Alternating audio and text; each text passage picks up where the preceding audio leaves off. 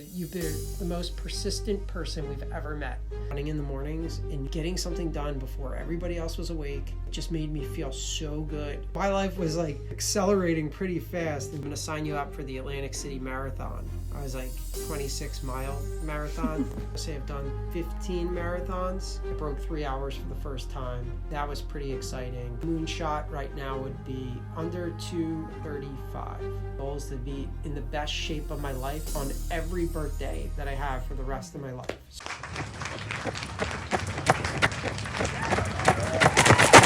26.2, a podcast powered by Drip. Hi everyone, welcome to 26.2. My name is Karishma and I'm the founder and CEO of Drip. And today I'm here with Jonathan Hershman to talk about his running journey. Jonathan, thanks for coming on. Thanks for having me. Would love to have like an introduction about yourself and hear a bit about your background. Sure. Well, there's personal background and professional background, so I'll try to mend the two.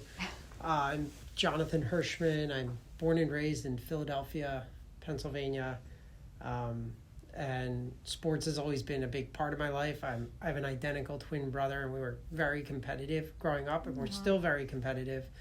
And my first job ever was a ball boy for the Philadelphia Eagles, so it really speaks to my sports nature.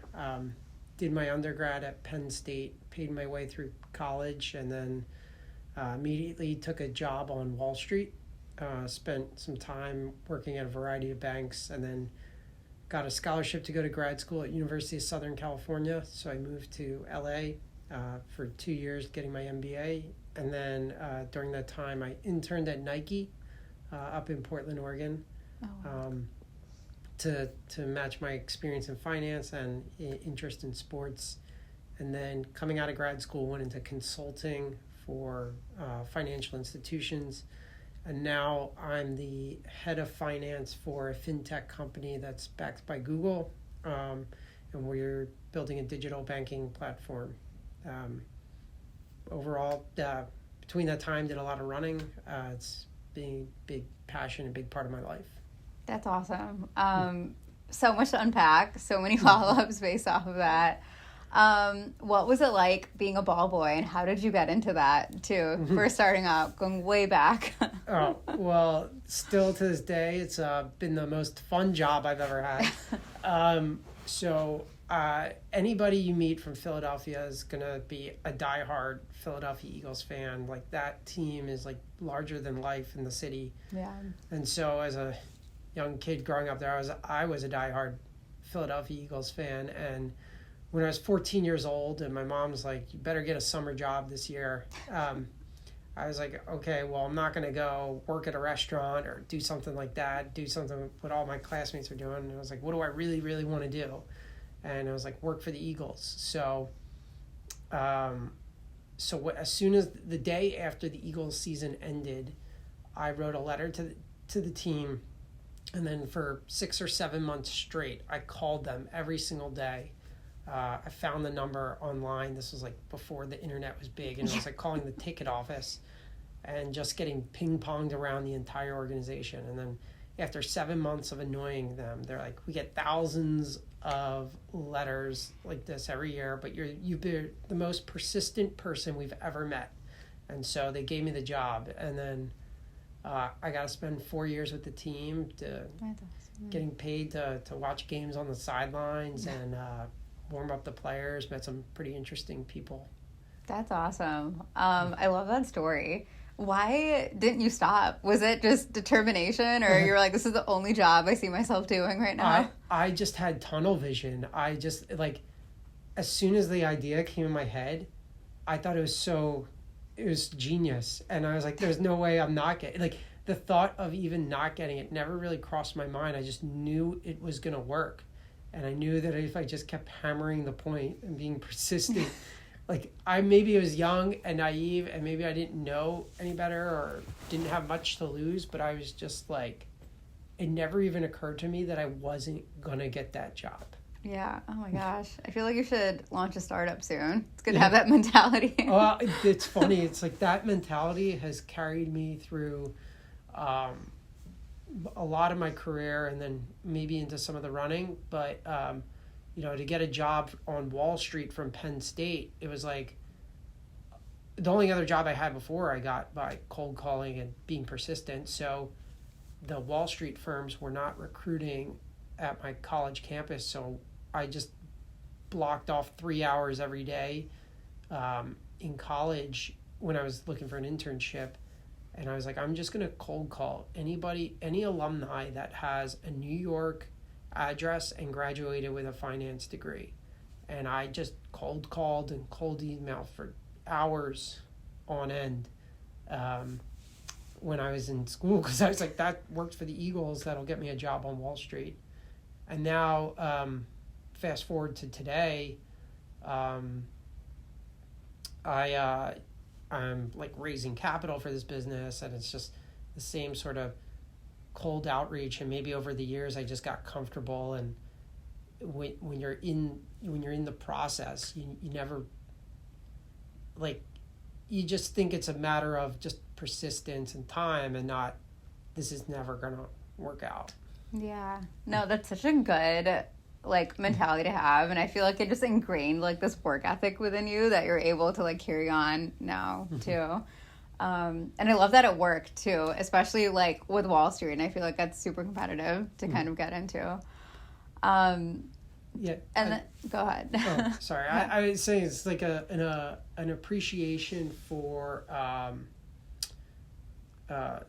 rewards that take time to kind of come about or to pay off. A lot of people might expect like quick results, but it definitely instills an appreciation for being in the game and understanding that rewards are like far down the road, and payoffs are down the road, and so keeping your focus. Yeah.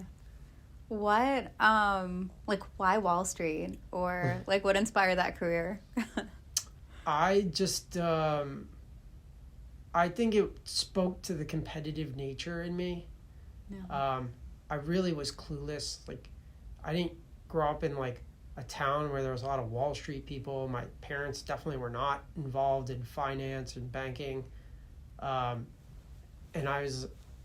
I like just decided to pick a business major, and I was like, what is the most competitive place I can go? And that was the most competitive job I can get. And I was like, well, it's got to be Wall Street. That's the one I want. And so I was like, what is the most challenging thing I could do? I'm going to pick that one and go for it. And I really didn't have an understanding of what I was getting into. Aside from that, I was paying my way through school, and I knew they paid well, and I needed the money to pay off loans, and so that was important too. But. Yeah.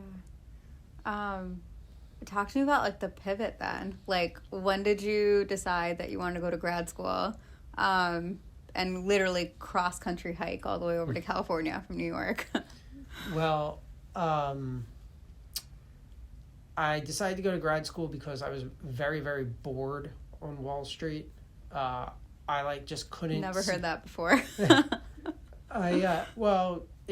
The work wasn't interesting. There was plenty of work to do. It just wasn't interesting to me. I just felt like I didn't own.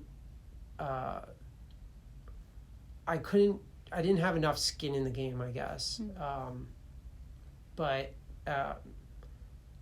And I was like, I need to do something else. And I did for grad school, I went to an undergrad in the middle of nowhere, and I had to hustle pretty hard to get a job because these big city firms weren't recruiting on campus.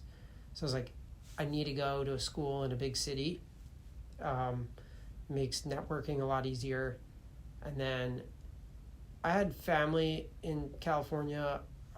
Obviously I liked the weather, so I looked in California, and of all the schools I applied to, USC gave me a scholarship, and I didn't want to take out all those loans again, so that's what drove my decision. Got it. And then going backwards now, how did you end up at Nike too? It's probably one of the coolest places to work. Yeah, it's funny. nobody's ever really asked me about all this. But it's kind of the same thing. I was like, I did finance. I got to work in sports or something. What's the number one place I can think of that will give me that chance? And it was Nike. And so the first week of classes, I was just like, what USC alums work at Nike? And I just cold outreached them.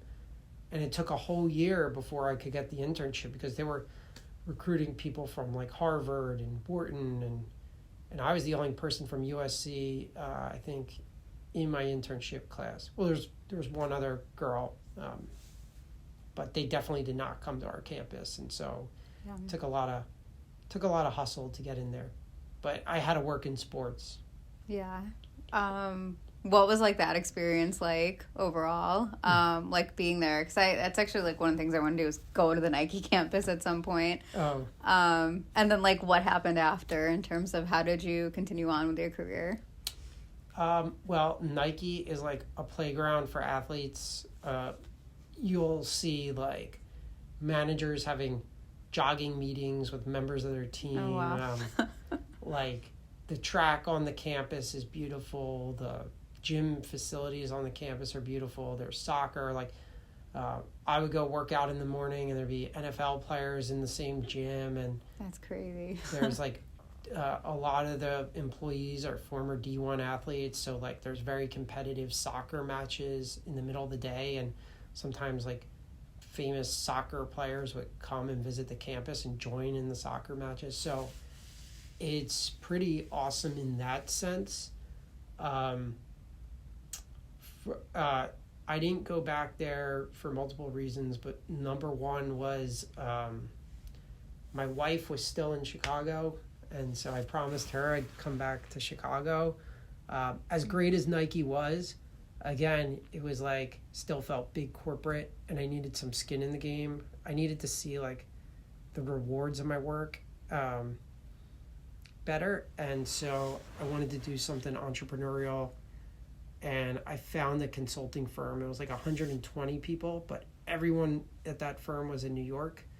And I was the second employee in their Chicago office, responsible for growing their presence here. Yeah. Got it. And that's how you kind of ended back in Chicago. You kind of touched on this. Super competitive nature, been involved in sports. I know that you're quite the runner. When did your running journey start? Or when did your personal kind of like sports journey start? So when I was in high school, I played football, and I would work out, and I was just trying to get big and bulky, and I would do a little bit of running. But even in college, I worked out like every day. So having like a work ethic and working out every day started pretty early, but I really didn't get into running until after college, where I wanted to lose a little bit of weight because I got a little bulky in college. And then my grandfather, who lived in Atlantic City, New Jersey, was like, I'm going to sign you up for the Atlantic City Marathon. And I was like, you mean like 26-mile marathon? And he's like, yep. And so it just seemed like a new challenge. And my brother was doing it, so I was like, I got to do it now, because he's not going to do it without me. And then I moved to New York for work, and I was like, in New York you work really late, so I was like, I got to run early in the morning. And I just loved the whole process of waking up earlier than everybody else, getting something done before everybody else was awake. Yeah. And it just made me feel so good during the day, running in the mornings in New York City, that I was like, I just like fell in love with the sport. Yeah. At the same time, I was getting in shape. I was looking a little better. I was doing better with girls and getting dates, and I was like, this is amazing. And so my life was like accelerating pretty fast in terms of the benefits of running, and I just kind of stuck with it. Yeah. That's awesome. I always love hearing like everyone's like running origin story, and it seems like you were literally just thrown into it and kind of ran with it, pun intended. Yeah. How many races have you done since like the first one in Atlantic City? I mean, countless races. Yeah. But in terms of marathons, I want to say I've done 14, maybe 15 marathons. And I always am like, as soon as I break this time, I'll be happy. It was like, for the longest time, I was trying to break 3 hours. And then I broke 3 hours, and I was like, I could run faster. And now I'm like, and now I'm trying to break 2:45 in my next marathon. Because I just kept working the time down, and I don't know if I'm gonna stop, but I'm like, oh well, maybe if I have kids one day I'll stop, but we'll see. You have the stroller marathoners now. You could just be the dad who marathons with the baby. Yeah, I don't know if I want to do that because I'll be like, the kid is slowing me down and it'll frustrate me, but we'll see when that time comes. Breaking 3 is incredible. What have you done? I guess, like, what was, like, your baseline that you started with, and what have you done throughout all these races to kind of get to where you are today? My first marathon was, like, 3:29, I want to say, so that was a baseline, maybe. Pretty solid baseline. Pretty solid, but to get the closer you get to 3 and under 3, it's like shaving golf strokes. It's like exponential more work. Yeah. To get to chop it down, I think I was like maybe more systematic. So I'll just use my last training cycle. So as an example, I probably peaked at 75 to 80 miles per week. For like 4 weeks, maybe up to 3 weeks out from the race. Every week was Monday would be easier miles and strides. Tuesday is typically an interval workout. Wednesday would be easier miles. Thursday would be some sort of tempo or easier miles depending on how my legs felt.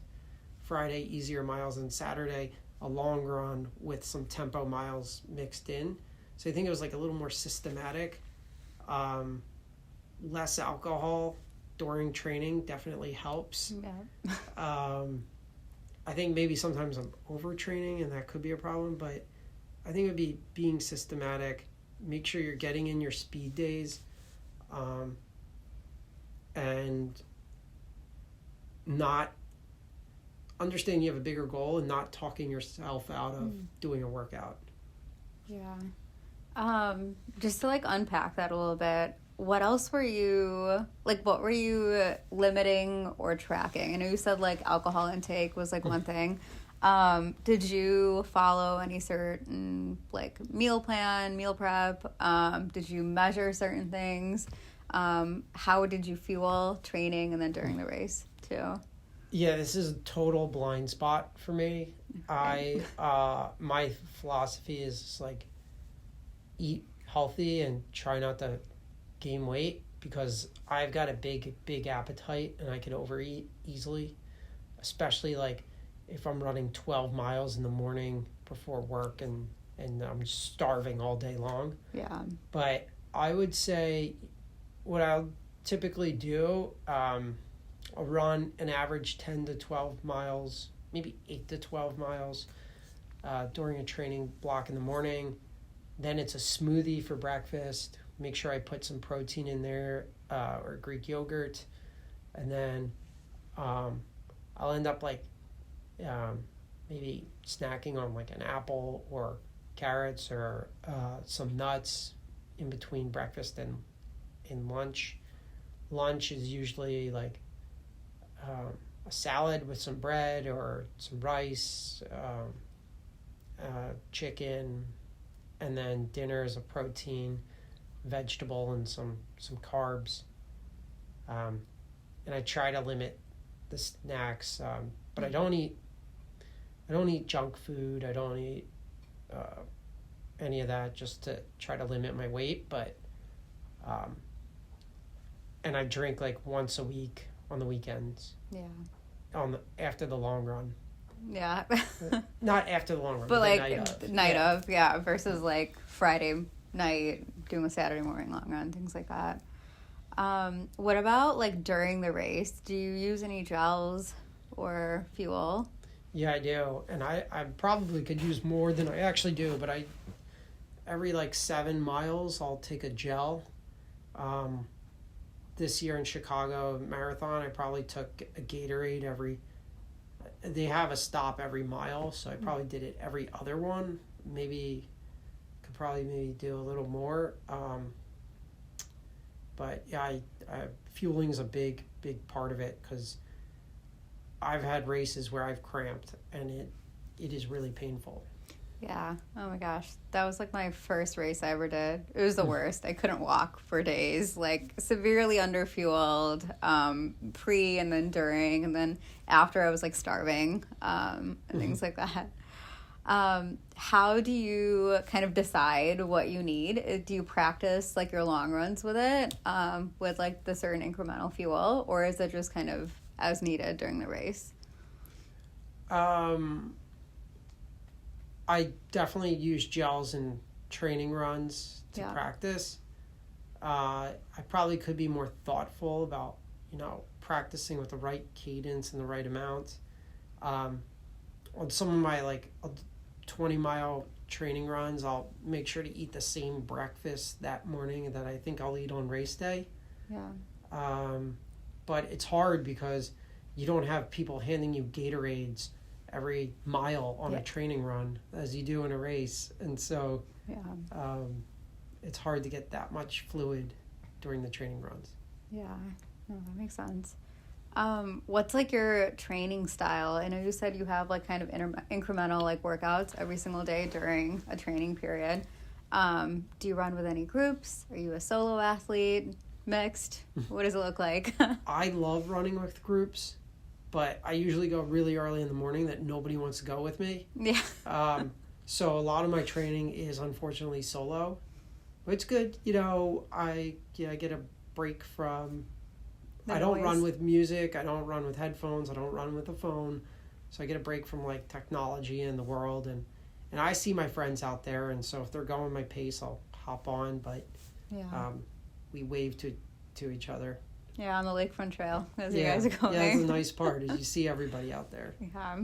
I like that you do that. I feel like the no phone part, because I've like noticed that recently, just between like the shoot that we had too. I feel like I will only go no phone if it's 5 miles or less. And then just sudden panic sets in. I'm like, well, what if something happens and I don't have a phone or tracking too? Yeah, I don't know. I guess it's not something you think about or not relevant. No. Yeah. No, because I've been doing it for so long, and I've definitely been like, crap, I'm 5 miles away from home. Like, I can't order an Uber, so I got to run home. Yeah. But, it's, I don't know, it's something you get used to, I guess. Yeah. Okay. Sorry. We'll get into meeting them after. No, for sure. What has been like the most memorable race that you've done? Most memorable like marathon that you've done?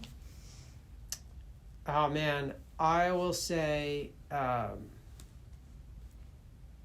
I rank?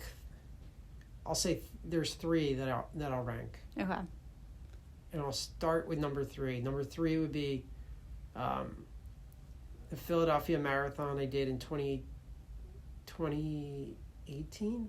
I don't remember the exact year. It's 2018, I'll say. And I broke 3 hours for the first time. That was pretty exciting because I did 3 hours flat one year, 3:01, and it was just like very awesome to just kind of break through that. Number 2, the LA Marathon.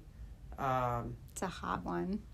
Well, I don't know, depending on... The sun was out, and I don't remember being too bad, but yeah, it was a little warmer and the sun was out. I didn't finish well. It was one of my worst races, but I remember my my grandfather was in his 90s, and he was like a big inspiration to me, both to get me to start running and other parts of life. He was standing around mile 24, and I was really hurting, and I got to give him a hug, and somebody got it on video, and I know it made his day, and I just think about that a lot. Yeah.